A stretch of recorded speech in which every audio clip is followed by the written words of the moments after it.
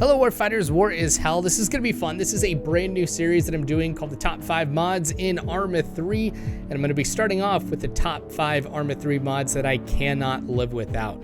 The whole reason that I am doing this is because I get a lot of questions in the Discord and also in YouTube comments, which are like, hey Snack, what mods are you using right here? Or what mod does this? And so I thought it would be helpful for all of you if I would just periodically make a video listing the top 5 mods I would use in a particular situation. Of course, I love feedback from you guys, so if you have ideas on what you would like to see, go ahead and put that in the comment section. I actually have a list already of a number of different subjects I kind of want to touch over, but again, I thought this first one, the top 5 mods I cannot live without, would be a great insight to show you guys some of the mods that I try to use on every single video that I make. These are like the core mods that I will always use. Obviously, I will be giving you links to these mods. I will give you insight into why I use them and what they do.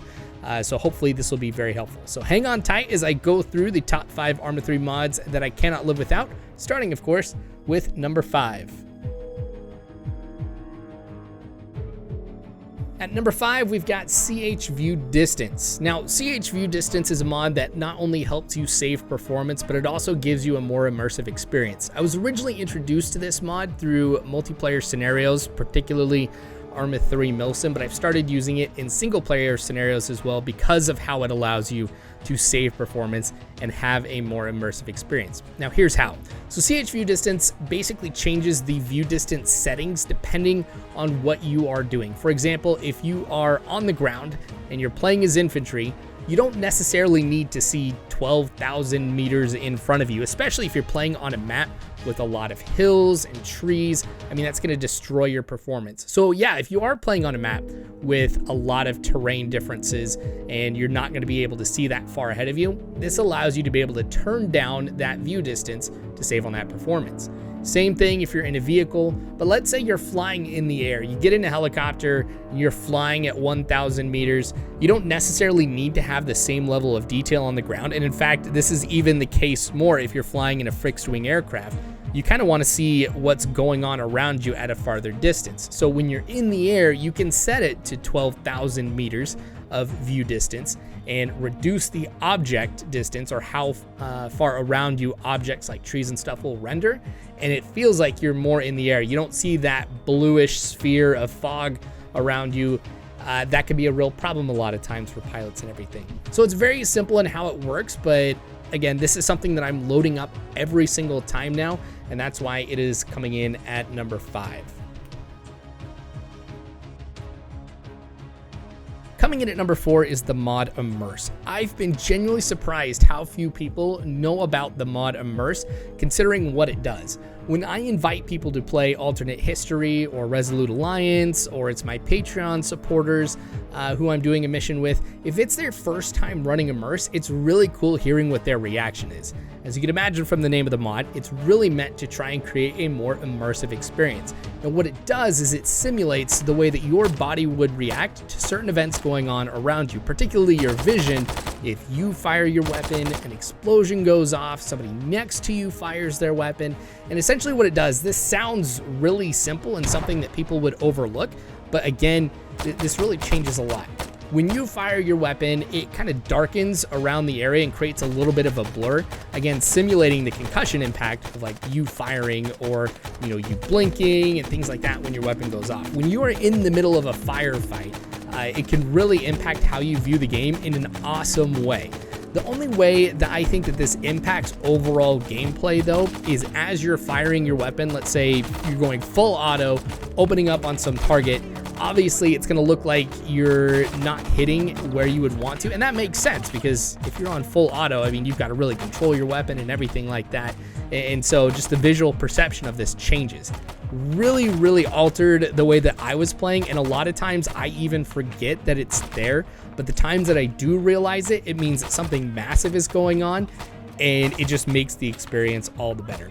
So I highly recommend Immerse if you're not using it already. Obviously, I'm going to be showing you some gameplay and stuff of it to showcase this, but a great mod, which is why it is a mod I must always have. Coming in at number 3 is the mod Blastcore, compiled by Neech. Now, this is not to be mistaken with the prime Blastcore mod that you've seen out there. what Neech has done is made some edits to Blastcore to create what I think is just a better experience overall. Now, Neech, if you're watching this, I would love it if you could update this mod with the things that you have planned, because I think this would be absolutely perfect. I'll let you guys know this hasn't been updated since 2017, but when I tell you about some of the features in it and some of the things that it changes, I think you'll understand why I'm using it. So Blastcore as a particle effects mod does change things like smoke, fires. It also changes illumination and lighting, just a number of different things that increase the visual experience. Those things that he's kept from Blastcore are the ones that I love, but here's some of the changes that he's made. In Blastcore, if you destroy a vehicle, the smoke and fire is going to last for about 2 to 3 minutes. It's really not that long at all, but he's extended it to be about 10 to 30 minutes. And the reason why that is so awesome, and the reason why I love it so much, is as I'm going through a mission, I might move, let's say, a click and a half away from an engagement that I had, but I can still turn around and I can see the fire from what I had destroyed. And sometimes it's just amazing to be able to see the progress that I've made and the destruction that I've left behind me. So in that regards, it makes a really cool experience. He's also made sure to leave some of the vanilla things that are in there, such as vanilla smoke grenades. I know that was a real problem with Blastcore at one point. And he's also added splendid smoke, which doubles the smoke size for smoke grenades, so they do appear to look better than what I've seen in other instances. Some of the things that he did have planned that he hasn't gotten to yet is more dust particles for things like your mortars, artillery, missiles hitting, some better explosions, but I think the explosions are already pretty good. And then just changing some of the fire settings, because like if you go through and you're using Blastcore and you have a campfire, that campfire just always looks huge. I feel like vanilla campfires look better than Blastcore, but again, because of the things that it changes, especially the longer time in which you see fire and smoke from destroyed vehicles and things like that, I am using Blastcore compiled by Neech every opportunity I can. Coming in at number 2, the sound mod JSRS. Now, I will tell you guys up front that JSRS is a little bit more complicated to talk about than some of the other mods, because JSRS does have a number of companion mods to go along with it, and I think that's important to know because you can tailor JSRS to the scenario that you are playing. I'm not going to go in depth into all of the different companion mods, but I will let you know that there is a JSRS mod for Cup.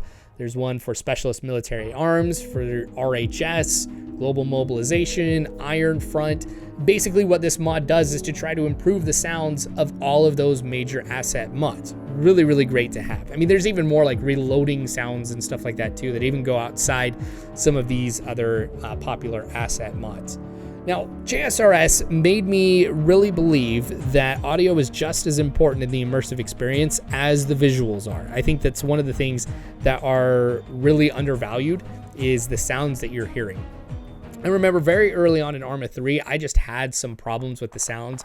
They just seemed subpar for what I would expect from a military simulation game that was just so complex, and I would still say pretty advanced for its time. So an explosion would sound almost the same. Again, this is just my memory. A sound would sound basically the same if it was right next to you or off in the distance. JSRS changes that so that way the explosion off in the distance is a lot more muffled. The same thing with cracks and whizzes of a bullet. Arma 3 really had subpar sounds in that area. Didn't sound great. In fact, it was distracting at times. And then when I loaded JSRS for the first time, cracks and whizzes made sense. They were distinct, and it allowed me to be able to internalize and just kind of know more about what was going on around me. Again, that explosion's far away. I know I don't have to worry about it. Cracks of a bullet coming my way, I need to be freaking out. I'm taking direct fire. So JSRS, because of that first impression that I had, I think that has really permitted me and just made me want to continue using it. I will give a lot of credit to Arma 3 just as a whole for improving sounds as things have gone on. Not only the core game, but a lot of the mods as well. Like RHS did a sound revamp not that long ago for a lot of their assets that I thought really improved the experience there. So I don't think you'll necessarily have as big of a change in experience, but I still think it's important nonetheless, especially when you can consider you can tailor your mods to play with some of the assets that might not necessarily have as great of sounds as JSRS. All right, before we get to mod number 1, and I know that you guys have been waiting for this, unless you guys have gone ahead and checked the description, in which case, please don't cheat, guys. Watch this all the way through.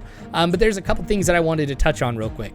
The first thing is, I know that those of you who are veterans of Arma 3 are probably familiar with a number of these mods. I still hope that you got something out of this. You know, you'd be surprised how many people are still joining the Arma 3 community every single day. So my aim for this particular video is to try to introduce people who are not as familiar with Arma 3 to a good base of mods that will really enhance their experience. First impressions matter. Hopefully this helps. I also know that with this being my own opinion, you have a different set of mods that you would include in your own top 5. Nobody's is right or wrong. This is just opinion. So I would encourage you, though, that for those mods that I might not have included that would be in your top 5 list, put that in the comment section below, so that way people can also see some of those mods too. And I'm not just talking about the people who are new to Arma, but I'm talking about even Arma 3 veterans like myself. I know that there's no way for me to know every single mod that's out there. There's a ton of mods. That's great. That's one of the reasons why Arma 3 is awesome. But who knows, you might introduce somebody like me to something that I had not seen before. And the next time I do this video, I've got a different set of top 5 mods I can't live without. So let's try to work together on sharing some mods. Put that in the comment section if you can. Okay, so with that out of the way, let's get to number 1, Enhanced Movement. Enhanced Movement is a mod that I'm genuinely surprised, even after all this time, has not been integrated into Arma 3 as a core feature. For Arma 3 being a sandbox military simulator, and as complex as it is, you would think that the ability to move around would be important. The tactical advantages that movement provides you can be absolutely critical. I know that in situations where I've used Enhanced Movement, it has made a huge difference. You know, in Arma 3 without it, if I come across a fence, yes, I can step over it. But if I come across a wall, absolutely impassable, even if it's a really, really short wall. And you would think that somebody who is physically fit enough to be in the military could quickly climb over a small wall. Where it becomes a real problem is rather than going up and over a wall, I have to go through a gate or some fatal funnel that's really going to go ahead and end the mission, not just for me, but potentially anybody else who I'm playing with. So there's been situations where I've climbed up and over a wall, gotten behind a building completely unseen, rather than having to go through the main gate with all the MGs, you know, positioned to fire on anybody that comes through that particular area. It's allowed me to get up on top of buildings, to be able to get a better view on what's going on around me, to recon an area, to get into a better firing position. And obviously, I mean, anybody who's played Arma 3 has experienced that situation where you need to utilize every single tactical advantage available to you in movement, and the terrain around you is one of those things. Another thing I like about Enhanced Movement too is it actually kind of creates some teamwork as well, because if you're in a situation where you may not necessarily be able to climb up to a position that you want to, you can have a buddy kneel down in front of you, you jump up on them, and then you can jump up to whatever position you want to get to. I think that is absolutely awesome, even from a teamwork perspective. Again, movement's important. That's why I've got it as number 1. I will always try to load Enhanced Movement. I will say, though, for the mod, it does require a unique keybind. Look in the description of the mod to get some information about that. But again, critical, I think, to experience Arma 3 the way that it should be played. So that is my list of the top 5 mods I cannot live without. Remember, comment on anything that you might find different or anything that you might want to share. Also, let me know what you guys would want to see in the future. I really appreciate you guys dropping by. Subscribe, hit the bell icon for more of these mods, as well as the other content that I end up making. Big thanks to my Patreon supporters. I really, genuinely could not do this without you. You guys are phenomenal people. You really are. Thanks for watching War is Hell. You don't have to worry, because Warfighters, I've got your 6.